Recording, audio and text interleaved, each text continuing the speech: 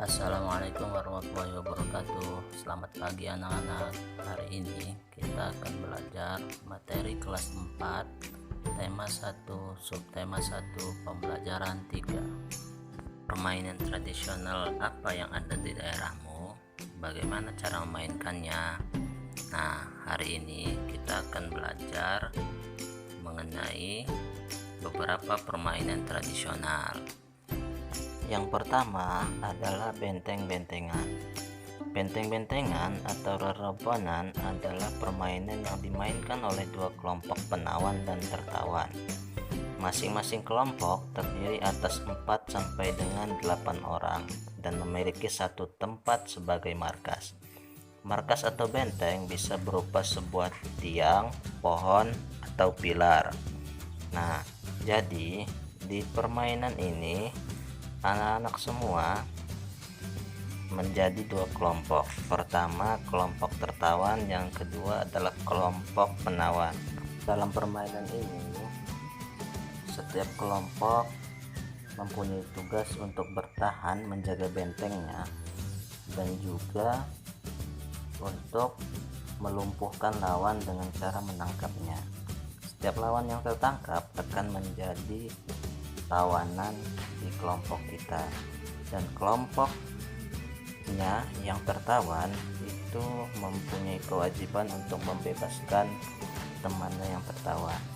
Permainan kedua adalah gobak sodor. Permainan gobak sodor atau galah asin atau galasing dilakukan di lapangan. Arena permainannya merupakan kotak persegi panjang dan dibagi menjadi beberapa bagian secara horizontal atau vertikal. Nah, jadi permainan ini kita sama anak-anak dibagi menjadi dua kelompok, satu sebagai penjaga dan yang satu sebagai yang harus melewati penjaganya.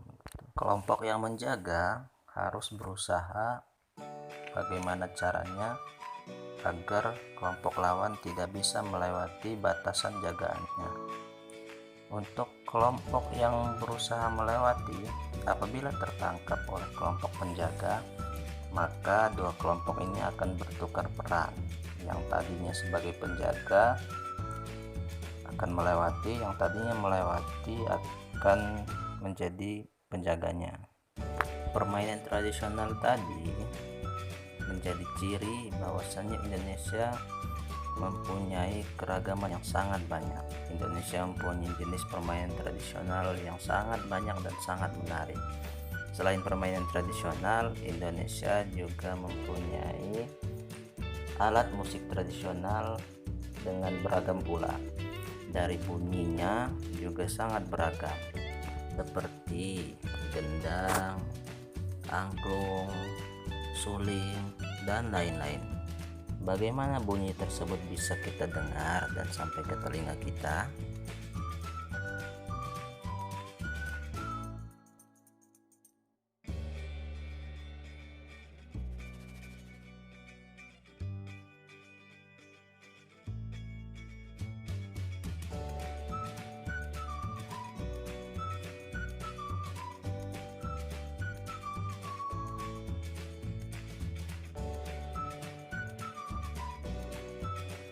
Bunyi dapat merambat melalui 3 cara. Yang pertama, bunyi dapat merambat melalui udara. Yang kedua, bunyi dapat merambat melalui benda padat. Dan yang ketiga, bunyi dapat merambat melalui benda cair.